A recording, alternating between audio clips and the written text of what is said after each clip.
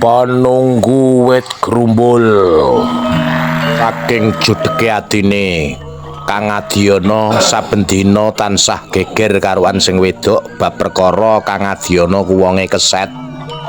Wah Kang wong urip iki kok tenggamu ki iso main ae remi ae ra gelem nyambut gawe to Kang. Mbok nyambut gawe ngono lho Kang ben kaya wong-wong aku kira mbok tukokno kalung ket nganti cek nang manting itu wong ngene kira tau mbok tukokno kalung ali-ali tanting-anting ku ya ora ya Kang. Mbok gawe ku penggane kok nongkrong ki mbok karepno piye to Kang? Dik, wong urip kok sok sabar lah kok nek ketara ana dhuwit tak ditukokno kalung to ketara panenan kidul tanggul ya rong metu lor tanggul ya rong metu aku nanti dhuwit engko nek bar panenan go tuku gelang tak kalung sak senengmu ngono lho Dik kok iso senengamu kok dikurungokno tanggamu kula ra ngisini-sini to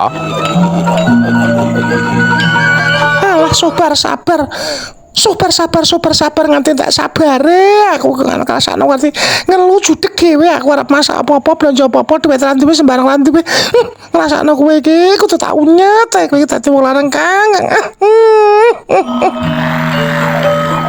Saking judhege Kang Adyana banjur mlaku nang mburi klinyak-klinyuk karo nyingkur tangan mbok arep nang ndi karepe.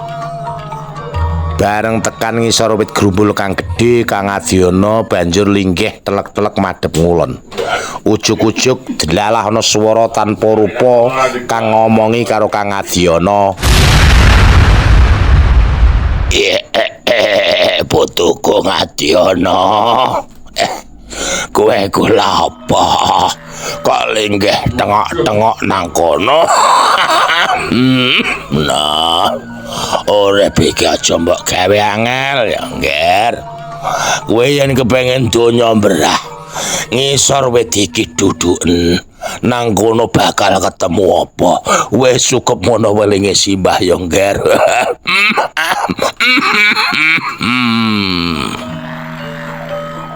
Agwet Kang Adyana bareng krungu swara tanpa rupa, langsung menyawak gerigah tangi muleh mek pancul mek linggis kanggo duduk apa kandhane swara tanpa rupa mang sing nak ngisoran wit. Mbok menawa kandhane simbah iki mau mbah bangsa apa tak turutane coba tak duduke. Kok atiku rasane kok rada marem rada seneng coba tak duduke. Bareng ngono Kang Adyana miwiti duduk klothak-klathuk sak ngisoring wit. Wagiat Kang Adyana kok samreng gelap mripate jelalak jebul nak sak ngisore wit iku ana peti sing ukurane semeter kali semeter mbuh apa isine apa iki sing dikandakno wong tuwa mau coba tak dongkere tak buka apa isine iki.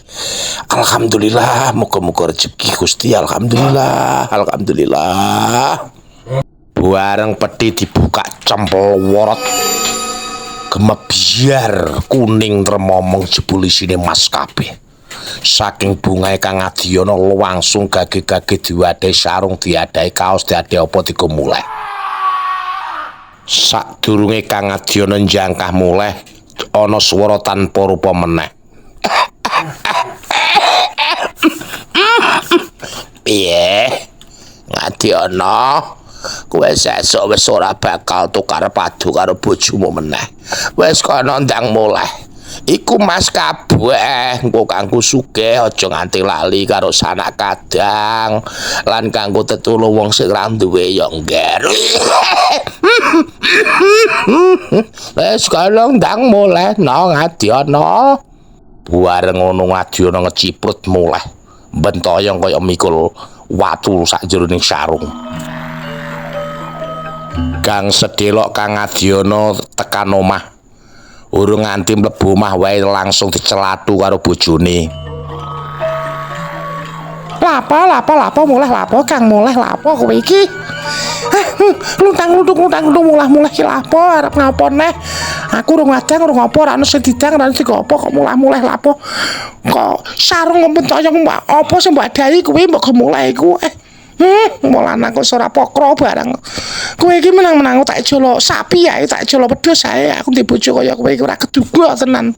Mulai lapo. Wes to Dik ora sakakan nesu. Ora kakek nesu rupane selek nesu malah nyaplot ketok elek. Apa iki coba iki? Apa tak bukane? Iki apa isine?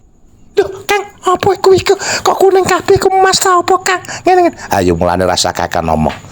Wis kowe aku bakal dadi wong sugih. Wis rasa kakek ngomong. Iku Mas Kang, ya aku bakal dadi wong sugih Kang, aku bakal iki ayu ya Kang. Ya matur nuwun ya Kang, matur nuwun. Kang, wis ayo ndang digoreng omah Kang. Ndang digoreng omah Kang, dipilahi ya Kang, dipilahi ya Kang.